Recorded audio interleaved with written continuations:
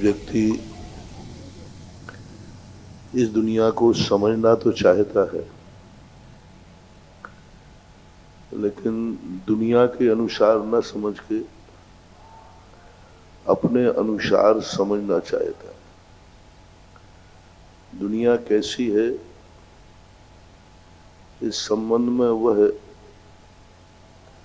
कुछ भी विचार नहीं करता। मैं कैसी दुनिया चाहता हूं, वैसी दुनिया वह बना लेता है। उसी का परिणाम ये निकला कि विश्व के अंदर नाना मत खड़े हो गए, नाना संप्रदाय खड़े हो गए। विचारक कभी भी सत्य तक नहीं पहुंच सकता। विचारक सत्य को समझ सकता है, पहुंच नहीं सकता। और समझने का भी जब वो व्यक्ति प्रयास करे कि हमें अपने अनुसार नहीं समझना है, हमें सृष्टि के अनुसार सृष्टि को समझना है। कई लोगों की आदत होती है, मैं जैसी सृष्टि चाहूं वैसी होना चाहिए। भगवान के अनुसार तुम्हारी जिंदगी हो, नहीं, हमारे अनुसार भगवान की जिंदगी हो। भगवान मेरे लिए हो। मैं भगवान को चाहूं कि भगवान इस समय आशीर्वाद दो, तो वो आशीर्वाद देवे। मैं भगवान को जैसा नचाना चाहूं वैसा नाचे। हम संकट में पड़े हैं, भगवान आओ मेरा संकट दूर करो। 24 घंटे हर वस्तु को तुमने अपनी तरफ मोड़ने का प्रयास किया है, और कुछ शक्तियां ऐसी हैं जो तुम्हारे मोड़ने से नहीं मुड़ती हैं। और तुम्हें विश्वास है कि भगवान तो दयालु है, कृपालु है, वो तो सबके कल्याण के लिए है, तो तुम उसे मोड़ने का भरसक प्रयास करते हो, पूरी ताकत लगाते हो, और अहंकार करते हो कि भगवान मुड़ गया, भगवान ने मेरी सुन ली। ये महानुभाव ऐसे ही है जैसे एक शराबी का घर था ठंड के समय पर, और एक पड़ोसी के घर में धूप आ रही थी, और दूसरा वाला सोचा मेरे घर में धूप क्यों नहीं आ रही। तो किसी ने कहा कि तुम्हारा दरवाजा पश्चिम की तरफ है, इसलिए तुम्हारे दरवाजे में धूप नहीं आ रही। उसने कहा अच्छा, पश्चिम की तरफ दरवाजा है, अभी लो, मैं पूरब की तरफ किए देता हूं। और वो दरवाजे पे धक्का लगाना शुरू किया। सुबह से धक्का लगाते लगाते शाम के 4 बज गए, और जैसे ही 4 बजे सूर्य का प्रकाश उसके दरवाजे आ गया, उसने पसीना पोंछा, बोले मकान का दरवाजा बदल दिया ना। अरे मकान का दरवाजा कहाँ बदला है। ऐसा ही शराब के नशे में व्यक्ति होते हैं, वे हर वस्तु को चाहते हैं कि मेरे अनुसार हो जाए। भगवान को भगवान के तरीके से समझो। भगवान क्या चीज है, भगवान का स्वरूप क्या है। हम अपने तरीके से समझना चाहते हैं, हम अपने लिए समझना चाहते हैं, हम भगवान को समझना ही नहीं चाहते। प्रथम 2 दिनों में हमने यही बात को कहा था कि हर व्यक्ति दुर्योधन बन रहा है। हर व्यक्ति चाह रहा है कि जितनी महाशक्तियां हैं सब मेरी इच्छा पूर्ति करें, मेरे लिए जिए, मेरे लिए तपें, मेरे लिए ध्यान करें, मेरा सब कुछ मेरे लिए हो। ऐसा व्यक्ति, और 90% लोगों के ये भाव होते हैं। सब कुछ मेरे अनुसार हो। मैंने सारे उदाहरण भी दिए थे और आपने सपोर्ट भी किया था। आप कौन से भगवान पसंद करेंगे? एक भगवान वह है जो आपके अनुसार चलेंगे, जो आप कहोगे वो करेंगे, और एक भगवान है जो तुम्हें अपने अनुसार चलाएंगे। तीसरा भगवान वो है न तुम्हें अपने अनुसार चलाएगा न तुम्हारे अनुसार चलेगा। इन तीन भगवानों में सबसे अच्छा भगवान कौन सा है? आपकी तरफ से मैं ही बता देता हूं। जो हमारे अनुसार चले, हमारी इच्छाएं पूरी करे, हम जैसा चाहें वैसा करे। 99% इसी को पसंद करेंगे। सेकंड नंबर पर उसको पसंद करेंगे बहुत कम, 2-4% मुश्किल से, जो कहते हैं वो भगवान मुझे पसंद है, जो वो हमारे अनुसार न चले बल्कि हमें अपने अनुसार चलावे। इनकी संख्या बहुत चंद है। शास्त्रों के अनुसार तो 2-3 बस, अधिकतम 4, अधिकतम उन्होंने कहा 4, बस बहुत हो गया। 2-3-4 लोग ही हैं जो ये चाहते हैं कि मेरा भगवान मेरे अनुसार न चले, बस मुझे अपने अनुसार चला लेवे। वो मेरे विचारों में न ढले, अपने विचारों में ढाल लेवे। वो मेरे आंसू न देवे, हमें अपनी खुशी में शामिल कर लेवे। ग्रस्त का हमने उदाहरण दिया था कि बेटा कौन से माँ बाप पसंद करते? जो माँ बाप तुम्हारे अनुसार चले, तुम्हारे लिए कमावे, तुम्हारे लिए हर इच्छा की पूर्ति करे।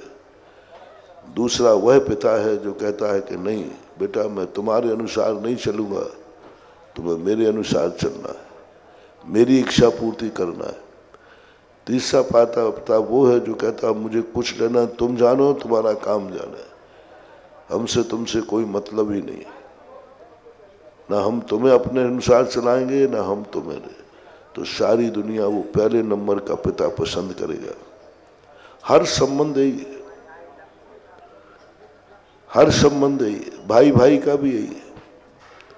हमने उदाहरण भी दिया था पति पत्नी का भी। बोलो मैं पूछना चाहता हूं तुम्हें कैसा पुरुष चाहिए? स्त्रियों से पूछता हूं, जो तुम्हारे अनुसार चले, तुम्हारी इच्छा पूरी करे, वो पति अच्छा है कि वो पति अच्छा है जो तुम्हें अपने अनुसार चलावे?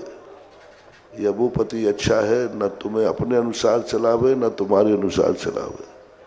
झूठ मत बोलना, सही बोलना। कौन सा पति चाहिए? समोषण है, मैंने कहा था जो इच्छा करोगे पूरी होगी।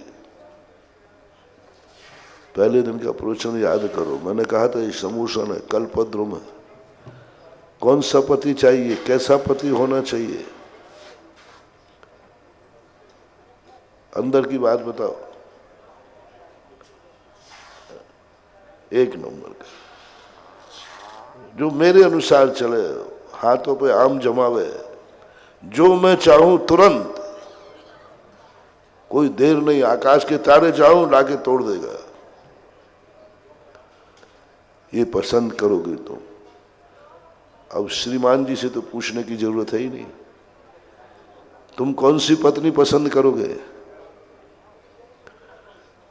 है? जो तुम्हारे लिए जिए, तुम्हारे लिए मरे, तुम्हारे लिए भूखों मरे, सुहाग दशमी का उपवास करे तुम्हारे लिए, तुम्हारे लिए सब कुछ करे, तुम्हारी इच्छाएं पूर्ति करने के लिए सब कुछ करे। हर पुरुष को वो पत्नी पसंद है। ये तो गृहस्थों के संबंध हुए। तुम्हें भगवान भी वही पसंद है जो तुम्हारे अनुसार चले। तुम्हें गुरु चाहिए वो जो तुम्हारे अनुसार चले, तुम्हारी इच्छाएं पूरी करे, तुम्हारे लिए माला फेरे, तुम्हारे लिए जाप करे, तुम्हारे लिए सब कुछ 24 घंटे तुम्हारे लिए। बुढ़ गुड़ तुम्हें पसंद है, बस यही तुम्हारे विनाश का कारण है। जब जब तुम मोटिवेशन लो, जब जब तुम महाशक्ति को अपने अनुसार चलाना चाहोगे, तब तब तुम्हारा विनाश है, पतन है। सूर्य को अपने अनुसार उगाना चाहोगे, जब मैं चाहूं तभी सुबह होगा, अन्यथा सुबह नहीं होगा। मैं नहीं चाहूं तो नहीं होगा, व्यर्थ की चीजें। तो एक धारणा अपने जीवन से निकालना है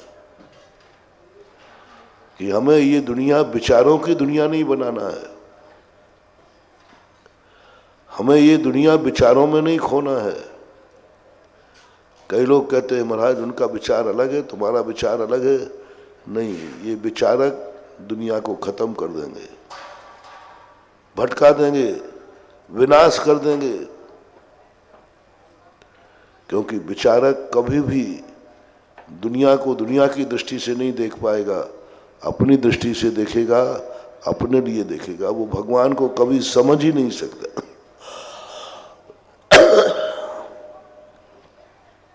एक बहुत बड़े दुनिया मानते हैं उनको कि वो दार्शनिक था, उसने एक प्रवचन की किताब लिखी, उसमें लिखा महावीर मेरी दृष्टि में। मैंने समझ लिया ये कभी महावीर को नहीं समझ सकता। महावीर मेरी दृष्टि में, मेरी दृष्टि कितनी छोटी सी है।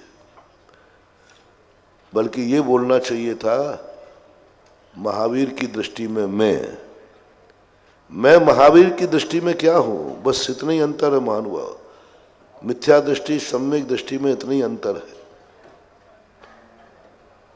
अज्ञानी और ज्ञानी में इतना ही अंतर है।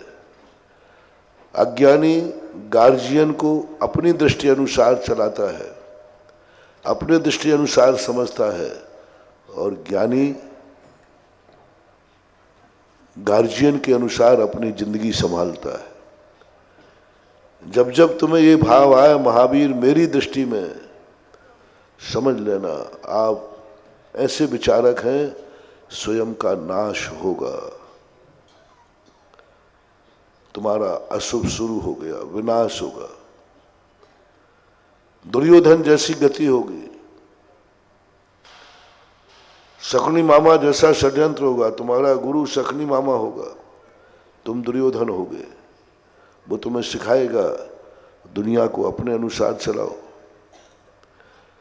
ताश्री के अनुसार मत चलो, ताश्री को अपने अनुसार चलाओ। तुम अपनी दृष्टि से देखो महावीर कैसे थे, तुम अपनी दृष्टि से देखो तुम्हारे गुरु कैसे हैं, देखो तुम्हारी दृष्टि से देखो शास्त्र में क्या लिखा है।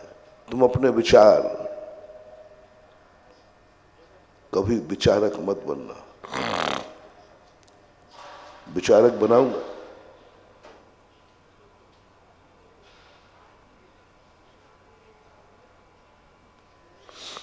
क्योंकि विचारक व्यक्ति सदा सदा वस्तु को नहीं समझता, क्योंकि वो विचारों में चला जाता है। वो अपने विचारों में जो समझ में आएगा वो कहेगा। वो कहेगा कि सृष्टि ऐसी है, बस है, वस्तु स्वरूप ऐसा है तो है, वो उसकी दृष्टि में है। महावीर को अपनी दृष्टि से तोला रजनीश ने, कभी जिंदगी में महावीर को नहीं समझ पाया। और पूज्यवर समंतभद्र महाराज कहते हैं, एक बार तू महावीर की दृष्टि में तू कैसा है ये समझ ले, महावीर की दृष्टि में सृष्टि कैसी है ये समझ ले, वस्तु अपने आप में वस्तु कैसी है। याथात्म प्रतिपत्ति इति सम्यक ज्ञानम, पूज्यपाद स्वामी। भगवान को लेन देन से मत समझो, भगवान को समझो भगवान क्या है, इससे मुझे क्या मिलेगा ये मत सोचो, ये है क्या, भगवान क्या है, क्या शक्ति है भगवान, क्या स्वरूप है भगवान का। भी यदि तुमने समझने का प्रयास किया तो तुम एक दिन संपूर्ण सृष्टि को समझ जाओगे, आत्मा के स्वरूप को समझ जाओगे। जैन दर्शन इसलिए विचारों का दर्शन नहीं है। सारी दुनिया का हर दर्शन विचारात्मक है और विचार किसी व्यक्ति से पैदा होता है। विचार किसी व्यक्ति से पैदा होता है और जो व्यक्ति से पैदा होता है वह अनादि अनंत नहीं होता, क्योंकि विचार व्यक्ति के साथ जन्मता है, व्यक्ति के साथ मर जाता है। सारे दुनिया के विचारकों को मैंने पढ़ा, समझा, सब अपने अपने विचार व्यक्त करते हैं। लेकिन जब मैंने जैन दर्शन को देखा, जैन दर्शन कहता मेरा कोई विचार नहीं है, मेरा कोई मत नहीं है, मेरा कोई समर्थन नहीं है, वस्तु जैसी है वैसी ही मैं जानता हूं, मेरा कोई विचार नहीं। भगवान कैसा है मैं कुछ नहीं जानता, मेरी दृष्टि में भगवान कैसा है मैं कुछ नहीं, भगवान का स्वरूप क्या है मैं जानता हूं। स्वर्गों के संबंध में आपके क्या विचार हैं? बहुत बार लोग मेरे से कहते हैं, बहुत लोग आते हैं, महाराज जी इस संबंध में आपका क्या विचार है? मैंने कहा मेरा कोई विचार नहीं। मोक्ष के संबंध में आपका क्या विचार है? मैंने कोई विचार नहीं। नरकों के संबंध में क्या विचार है? मेरा कोई विचार नहीं। आत्मा के संबंध में क्या विचार? मेरा कोई विचार नहीं, क्योंकि मैं जानता हूं जैसे विचार करूंगा बहुत छोटा हो जाऊंगा, गलत हो जाएगा। मैं तो ये कहता हूं सृष्टि जैसी है, मोक्ष जैसा है वैसा है। पहली बात तो दुनिया में किसी की जैन दर्शन के अलावा मोक्ष है ही नहीं। मोक्ष की कोई स्वतंत्र सत्ता कहीं भी नहीं। किसी भी दर्शनकार ने मोक्ष की स्वतंत्र सत्ता नहीं मानी, है ही नहीं।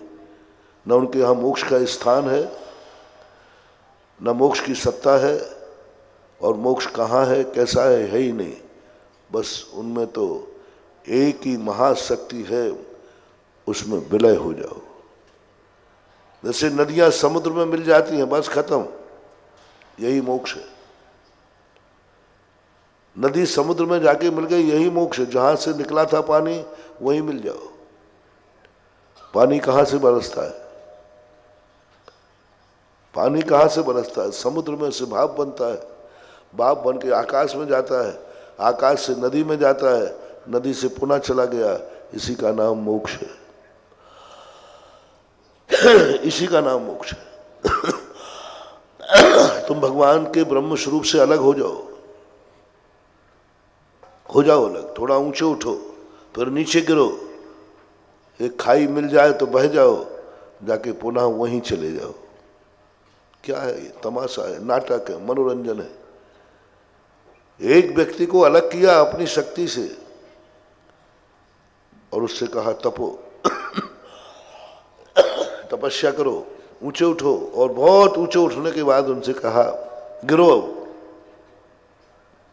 अरे जब गिराना था तो उठाया क्यों? गिराया था तो उठाया क्यों नहीं? उठो और अब गिरो। और गिरते समय ध्यान रखना, किसी खाई का सहारा ले लेना और पुनः अपने में लौट के आ जाओ। मेरे में जहां से गए थे वहीं लौट आओ। यही अद्वैतवाद का मोक्ष है। एक ही महाशक्ति है जो सब कुछ उसके अपन अंश है, और उसी में विलय होना। मोक्ष है ही नहीं, मोक्ष है ही नहीं। मात विश्व का पहला दर्शन है जिसने मोक्ष का स्थान स्वतंत्र चुना। उसका एक एरिया है 45 लाख योजन प्रमाण, 3 लोग के ऊपर, और वहां कोई विलय में प्राप्त जहां से चला था वहीं नहीं लौटना। वो तो बढ़ता जाता है, बढ़ता जाता है, बढ़ता जाता है। आगे बढ़ने का रास्ता खत्म हो जाए तो स्थिर हो जाता है, लेकिन गिरना नहीं। उठने वाला यदि गिरता है तो सबसे बड़ा दोष है। जैन दर्शन तो कहता है वो व्यक्ति उठता है, वो उठता ही जाता है। रास्ते बंद हो जाते हैं, रुक जाता है, लेकिन गिरता नहीं है। काले कल्प शते पिछा गते शिवानाम न च विक्रिया लक्ष्य। तीन लोक में कितना भी प्रलय हो जाए, ऊपर उठने वाला कभी नीचे नहीं गिरता। मोक्ष की चर्चा ही मात्र जैन दर्शन में और कहीं है ही नहीं। नाम तो मिलेगा, मूर्ख मिलेगा, वैकुंठ मिलेगा, अंतर ध्यान होगा, विलय होगा, नाना रूप मिलेंगे, लेकिन है नहीं। मोक्ष नाम की कोई चीज है नहीं, मोक्ष नाम का तत्व कोई है नहीं। वो मात्र स्वयं की लीला थी, स्वयं में लील लिया, स्वयं की लीला थी, स्वयं में लील लिया, खत्म हो गया। लेकिन जैन दर्शन कहता है नहीं, हर वस्तु की एक स्वतंत्र सत्ता है, स्वतंत्र भाव है, बस देखना उसको उसी रूप में। अपने विचारों से मत देखो वस्तु क्या है, वस्तु के रूप में देखो। तुम ये मत देखो अपने विचारों में मच्छर क्या है। अपने विचारों में, आपके विचारों में आपके घर में मच्छर हैं, ये मच्छर अच्छी चीज है कि बुरी चीज है? अच्छी चीज है। हाँ, तो हम राज चक्रेश बाबू तुम्हारे घर में सारे मच्छर भिजवाते। बिच्छू अच्छी चीज है कि बुरी चीज है? बुरी चीज। सांप, अरे महाराज महाबुरा काल है, ये तुम्हारा विचार है। बिच्छू गलत है, ये तुम्हारा विचार है। सांप गलत है, तुम्हारा विचार है। मच्छर गलत है, क्यों? तुम्हारा विचार है, क्योंकि वो काटता है। अब मैं सांप से पूछता, हे सांप, तेरे में ये जहर है, अच्छा है कि बुरा? बोले यही मेरी जिंदगी है, यही मेरी सुरक्षा है, यही मेरा सब कुछ है। सांप को सांप की दृष्टि से देखो तो सांप को समझ जाओगे। सांप को अपनी दृष्टि से देखोगे, मार डालोगे। सांप को अपने विचारों से देखोगे, मार डालोगे, मारने का भाव आएगा। और सांप को सांप की दृष्टि से देखोगे तो सांप को समझ जाओगे। बिच्छू को अपनी दृष्टि से देखोगे, मार डालोगे। बिच्छू की दृष्टि से देखोगे, बिच्छू को समझ जाओगे। मच्छर को मच्छर की दृष्टि से देखो। जैन दर्शन ये कहता है, मच्छर को मच्छर की दृष्टि से देखो तो मच्छर को समझ जाओगे, तुम्हें मारने का भाव नहीं आएगा।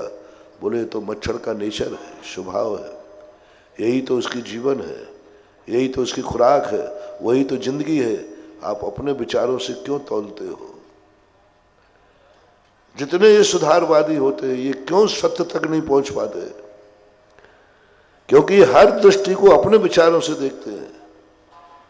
मेरी दृष्टि में महावीर, मेरी दृष्टि में ये, मेरी दृष्टि में पूजा, मेरी दृष्टि में समोषण, मेरी दृष्टि में। इसलिए लोग महाराज से हमसे पूछते हैं, महाराज आपका विचार यह है क्या? मैंने कहा नहीं, मेरा कोई विचार नहीं, मैं विचार शून्य हूं। मैं तो इतना ही जानता हूं बिच्छू का स्वभाव क्या है, मेरे विचार नहीं। बिच्छू का स्वभाव डंक मारना है। ये बिच्छू का स्वभाव है और मेरा विचार है कि ये डंक मारना गलत है। स्वभाव कभी गलत नहीं होता,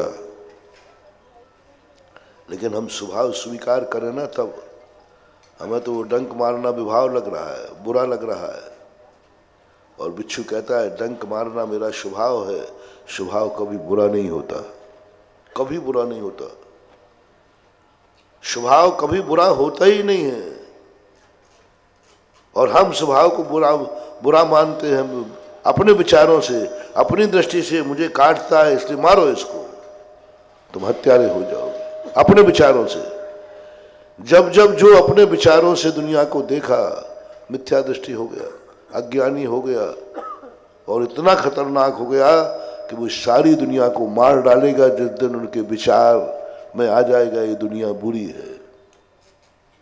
हिटलर आदि क्या हुए? अपने विचारों से देख रहे थे दुनिया को, उन्होंने पैरों से रौंद दिया।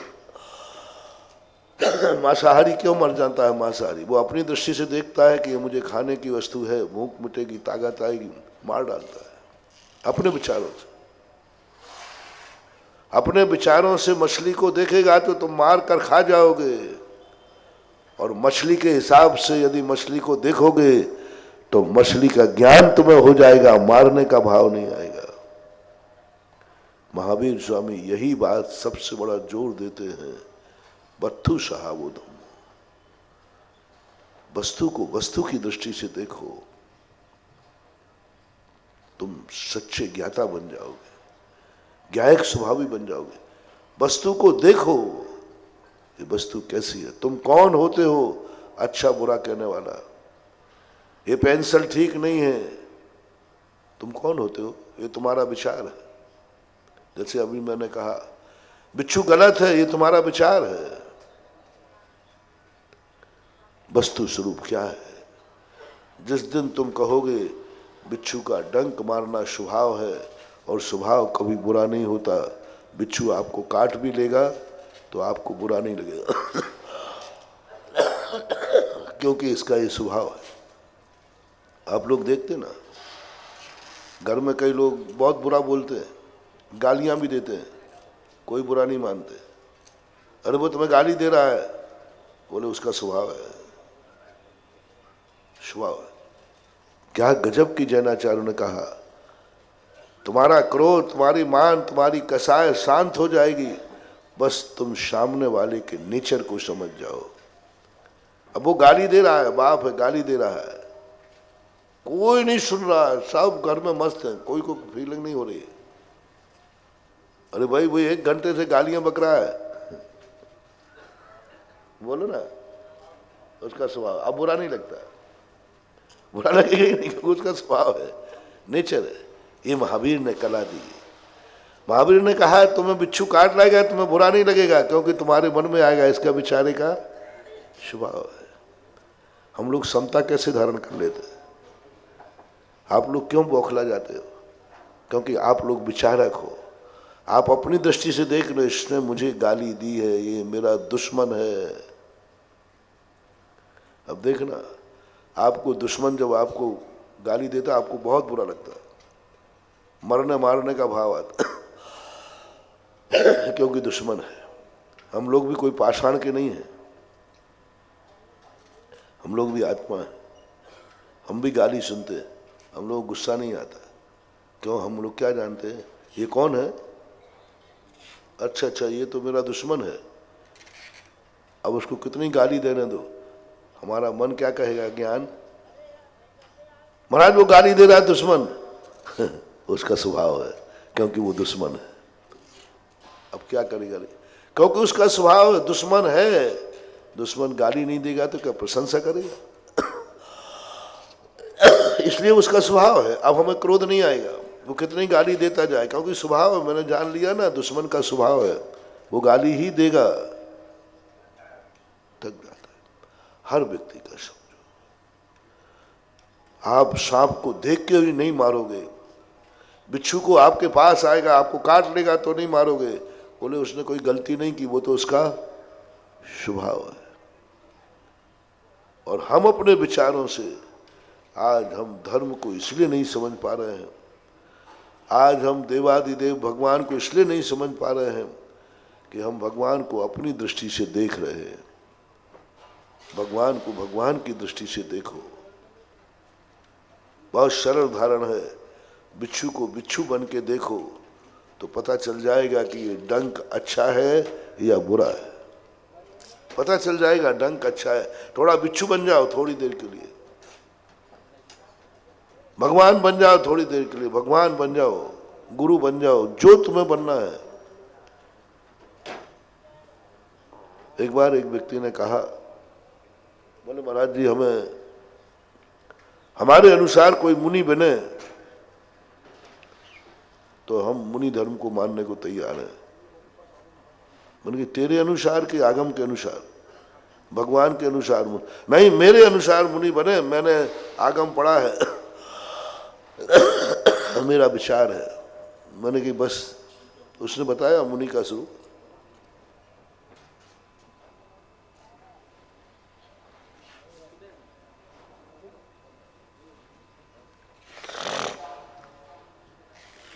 बहुत जम के बताया। आपको मुनि की चर्या का स्वरूप बताया जाए तो तुम बहुत उत्कृष्ट बताओगे, जम के, खूब जम के। मच्छर तो क्या मरा, शेर आ जाए शेर खा ले वे तो भी नहीं बनना और दिखना चाहिए। ये मेरे विचार से ऐसे मुनि होना चाहिए। गर्मी में पहाड़ के ऊपर बैठना चाहिए, मेरे विचार से मुनि ऐसा होना उन्होंने बहुत सारी बात बताई। मैंने कही ऐसे विचार वाला मुनि तो तुम चाहते हो ना, तो एक बार तुम ही मुनि बन के दिखा दो ना, मैं तुम्हें गुरु मान लूंगा। जब तुम्हारे लिए मालूम है कि मुनि ऐसा होना चाहिए, एक बार किसी एक को बना दो ना और एक स्वयं बन जाओ ना। नहीं बन सकता। मैंने कि पंचम काल के मुनि का कैसा स्वरूप होता है ये पढ़ो। पंचम काल में मुनि का स्वरूप कैसा है ये पढ़ो तो मुनि को समझ जाओगे। तुम अपने अनुसार मुनि खोजते रहोगे, जिंदगी बर्बाद कर दोगे, कभी मिलने वाला नहीं है। आज भगवान की वह सत्ता, त्रिलोकीनाथ कारण कार्य की विवक्षा भगवान भरोसे नहीं है। जो कारण कार्य की व्यवस्था है, भगवान को जन्म लेना था, मैंने कल कहा था, औदारिक शरीर में लेना था, माँ बाप की कुख में लेना था तो लेना पड़ा। इनको कोई वीआईपी व्यवस्था नहीं थी। इनका शरीर भी माँ बाप के गर्भ से, इनके गर्भ में भी इन्होंने माँ बाप का, माँ का जूठा भोजन किया है। वही सब कुछ व्यवस्था है, उस प्रोसेस को ये नहीं बदल पाए। और आज भगवान उसी व्यवस्था में आ रहे हैं जो सृष्टि का स्वरूप है, मुनि का स्वरूप है। मुनि महाराज किस विधि से आपके घर आ सकते, मुनि महाराज को आप किस विधि से मना सकते हो, ये कारण है। अपने विचारों से नहीं, अपने विचारों से नहीं, उसका एक कारण है।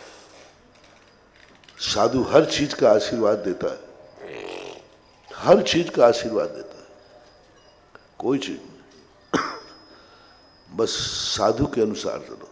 तुम सोचते हो महाराज मैं गाड़ी लाया हूं, मेरा गुरु गाड़ी को आशीर्वाद दे दे, तुम अपने विचारों के अनुसार गुरु को चला रहे हो।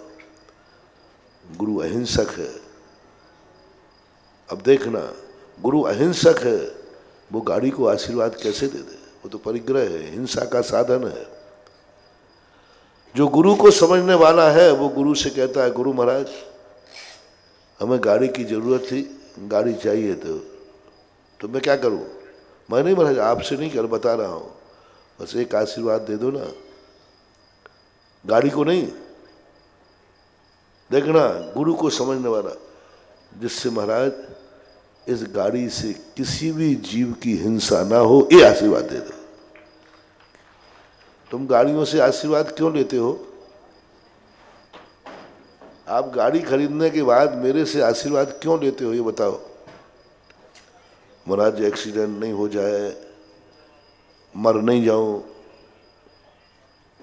बस यही लिए लेते हो ना। तो उसको ऐसा मत बोलो, ऐसा बोलो कि इस गाड़ी से किसी भी जीव की हिंसा ना हो, किसी भी जीव के प्राण नहीं निकले, मैं तुरंत आशीर्वाद दे दूंगा। तुम्हें आम से मतलब कि गुठली है।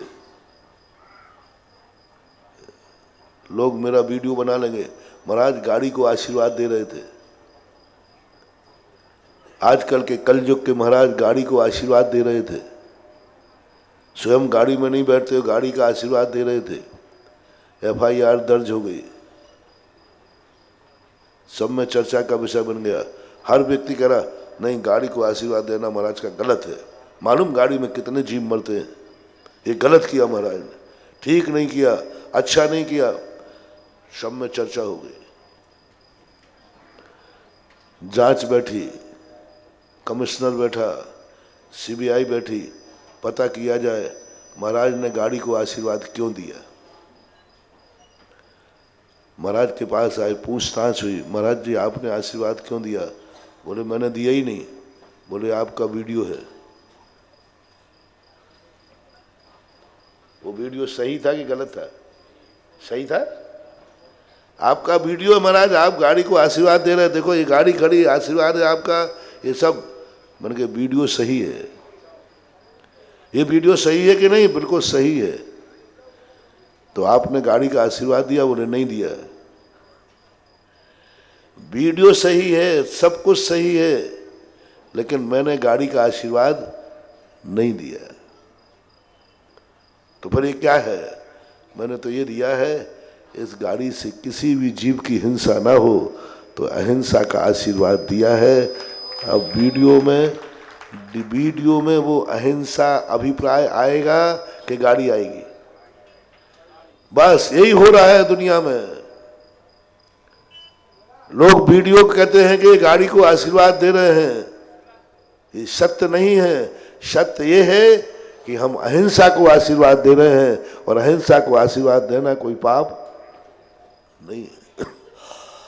अब दृष्टि देखना, आपकी दृष्टि दुनिया की दृष्टि क्या है और साधु का स्वरूप क्या है। साधु के स्वरूप को समझ जाओगे तो तुम कहोगे दावे से, मेरा गुरु कभी गाड़ी को आशीर्वाद दे ही नहीं सकता। अब सच्चा भक्त बता रहा हूं, मेरा गुरु कभी गाड़ी को आशीर्वाद दे ही नहीं सकता, मेरा गुरु, ये दावा है मेरा। लोग कह रहे हो क्या बातें कर रहे हो, वीडियो दिखाओ? हाँ दिखाओ, देख लो। बोले दे ही नहीं सकता, दे ही नहीं सकता, मेरा गुरु कभी भी गाड़ी को आशीर्वाद दे ही नहीं सकता। बोले वीडियो तो सही है, वीडियो सही है, लेकिन आशीर्वाद नहीं दे सकता। पता करने पता चला कि गाड़ी को नहीं, अहिंसा का आशीर्वाद था। यह है कला। यदि तुम साधु के स्वरूप को समझोगे तो दावा ठोक दोगे ऐसा हो ही नहीं सकता, कोई ना कोई रहस्य है। अहिंसा का बात हर चीज में ऐसे ही समझना। हम गृहस्थियों को कितने आशीर्वाद देते। आज एक कॉलोनी में चला गया, उसने कहा कि महाराज जी आप, एक कॉलोनी का प्लाट पड़ा था, कौन था? राजा बाबू का अध्यक्ष है ना तुम्हारे, वहीं से निकल रहा था। तो महाराज जी थोड़ा सा अंदर चले चलो, थोड़ा सा आप आशीर्वाद दे दीजिए। मैं चला गया। लोगों ने कहा देखो महाराज जी कहते हैं किसी की कॉलोनियों में हम नहीं जाते हैं, किसी के घर में हम नहीं जाते हैं, और राजा बाबू ने कहा और चले गए। यही तो महाराज में पक्षपात है, और क्या, बस यही तो है, यही तो पक्षपात है। हम करें कि आज पंचम काल के साधु है ना, एक के घर में चले गए, एक के में घर में गए। भैया मैं कॉलोनी में प्लाट पे नहीं गया, मैं नहीं गया प्लाट पे। महाराज नहीं गए, वीडियो है, ड्रोन चल रहा था, ड्रोन।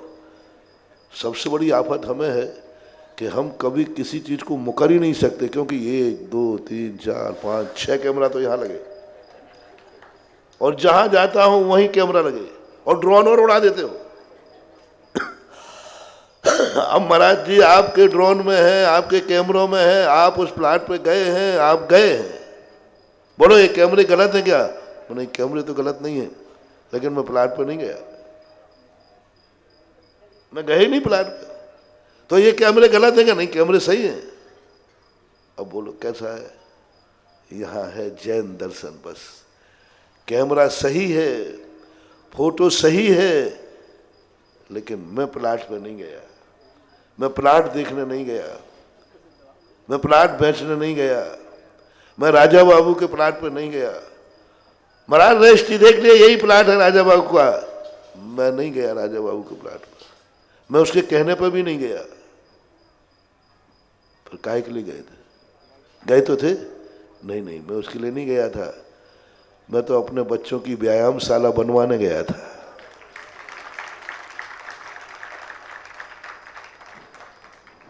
मैं तो दान के लिए गया था, दान था, दान था। मैं वहां चरण पड़े, उन्होंने कहा व्यायामशाला का पूरा हाल गुरु के चरण पड़ने के उपलक्ष्य में मैं वहां दान देता हूं। वो बच्चे 8 दिन से बेचारे परेशान थे, इसके यहाँ आगे के आ रहे थे, 4-5 लोगों के यहाँ गए वो बेचारे। भैया सेठ जी, तो कई सेठ ने धुतकार दिया, और कई सेठों को तो इतना बुरा लगता है, कई सेठों के यहाँ दान देने वाला लेने वाला पहुंच जाए तो कहते आ गया भिखारी है, भागते हैं, छुपते हैं, और बुरा लगता है। जब भी तुम्हारे दरवाजे कोई दातार आवे, कोई मांगने लेने आवे और तुम्हें बुरा लगे, समझ लेना अब तुम्हारे बुरे दिन आने वाले हैं, बुरे दिन आने वाले। जब कोई तुम्हारे दरवाजे जावे और तुम्हें लगे ओहो ये लोग मुझे इसके योग्य मानते हैं। एक व्यक्ति कहता महाराज जब देखो जब हम दान इसलिए नहीं देते, एक को दे दो, पर जब देखो जब आते। लेकिन तू कितना भाग्यशाली है, कितना पुण्यात्मा है कि दान लेने वालों ने सोचा कौन अच्छा व्यक्ति है जिसके दरवाजे से न लौटना पड़े, उसने तुम्हारा दरवाजा चुना। तुम्हारे पुण्य के उदय हैं, भाग के उदय हैं। आओ भाग्य मानो कि आज कोई ने मुझे दान के योग्य समझा, आज मेरे दरवाजे आके कहा कि भाई आप, मैं चाहता हूं कि आप यह कार्य करें। यदि तुम्हें आ जाए, ये मेरा कितना सौभाग्य है कि ये व्यक्ति मुझे इसके योग्य समझ रहे हैं। कभी बोली बोले और कोई तुमसे कहे कि भाई आप बोलो, तो हर्ष से फूल जाना, ये व्यक्ति मुझे इसके योग्य समझ रहे हैं। लो मैं एक उदाहरण देता हूं, तुम्हारा भविष्य कैसा है। पंचायत बैठी, पंचायत ने कहा कि दान चाहिए, कहां से शुरू करूं। अब शगुन नहीं होना चाहिए। उन्होंने शुरू किया, एक ने कहा फलाने के स्थान से चलो, उसने कोई दान नहीं दिया है, कोई दान नहीं दिया है और पैसा भी उसके पास है, चलो उसके पास चलते। दूसरा कहता है क्यों बेइज्जती कराने जा रहे हो, क्यों बेइज्जती कराने जा रहे हो, क्यों बद्दुआ लेने जा रहे हो। वो धुतकार देगा, उसको बहुत बुरा लगेगा। पंचायत में बैठ करके यदि किसी ने ये जवाब कह दिया, महानुभाव जाओ तुम्हारा नाश निश्चित है, विनाश कोई नहीं रोक सकता, डाउनफॉल चालू हो गया। क्योंकि पंचायत का निर्णय उसके यहां मत जाओ, बेइज्जती करेगा, कुछ देगा नहीं, उसको बुरा लगेगा। आ गए मेरे दरवाजे, वो भागता फिरेगा। और यदि पंचायत में ये कहे उसके यहां चले जाओ, लोग कहे हाँ वहां चलते हैं। आज तक जिंदगी में कभी वहां से कोई खाली हाथ, भले कुछ ज्यादा नहीं देगा, खाली हाथ नहीं देगा, बेइज्जती नहीं करेगा, बल्कि अहोभाग्य मानेगा। ओह आपने मुझे इसके योग्य समझा, मेरे अहोभाग्य पुण्य है, लेकिन मेरे पास इतना ही है। वो थोड़ा देगा लेकिन सम्मान के साथ देगा। यदि लोगों के मन में ये धारणा बन जाए, साहब तुम्हारे बहुत अच्छे दिन आने वाले हैं। फैसला तुम्हें करना है कि दान लेने वाले आते हैं, तुम्हें कैसा लगता है, कैसा लगता है। 8 दिन से बच्चे परेशान हो रहे थे। कल मैंने कहा बेटा, और मेरा नियम है, हम शिलान्यास जब ही करते हैं जब पहले फोकट के शिलान्यास नहीं करते। मैंने कहा बेटा यदि लाओगे तो व्यायामशाला का शिलान्यास होगा। 8 दिन वो कई दरवाजे गए, कोई ने नहीं सुनी। कल शाम को उन्होंने कहा महाराज जी इसलिए नहीं सुन रहा कोई कि आपने प्रवचन में बोले ही नहीं, आप बोल तो मिल जाएगा। मैंने बोल दिया, मैंने कहा कहीं महाराज कुछ नहीं मिला, अब तो कुछ नहीं मिला। बच्चों पर मुझे दया आई। मैंने कहा ये बच्चे बेचारे कहाँ मांगते फिरेंगे, महाराज जी अब आप ही शरण हो। मैंने कहा रुको रुको। बस रास्ते में चलते चलते उन्होंने कहा महाराज जी ये इतनी बड़ी जमीन है हमारी, पड़ी है 4 एकड़ की, तो मैंने कहा मैं क्या करूं, बस आपके चरण पड़ जाएंगे, बच्चों की व्यायामशाला बन जाए।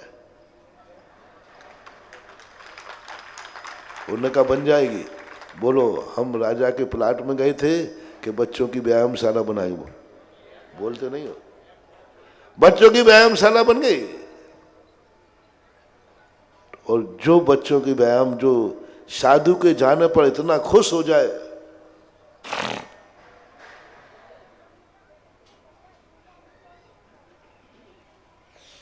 साधु के जाने पर इतना खुश हो जाए, वो किमिक्षिक दान दे देवे, तो ध्यान रखना उसने 11 लाख नहीं दिए हैं, वो बनिया है, उसने पूरी जमीन के करोड़ों बढ़ा दिए हैं, ये पक्का है।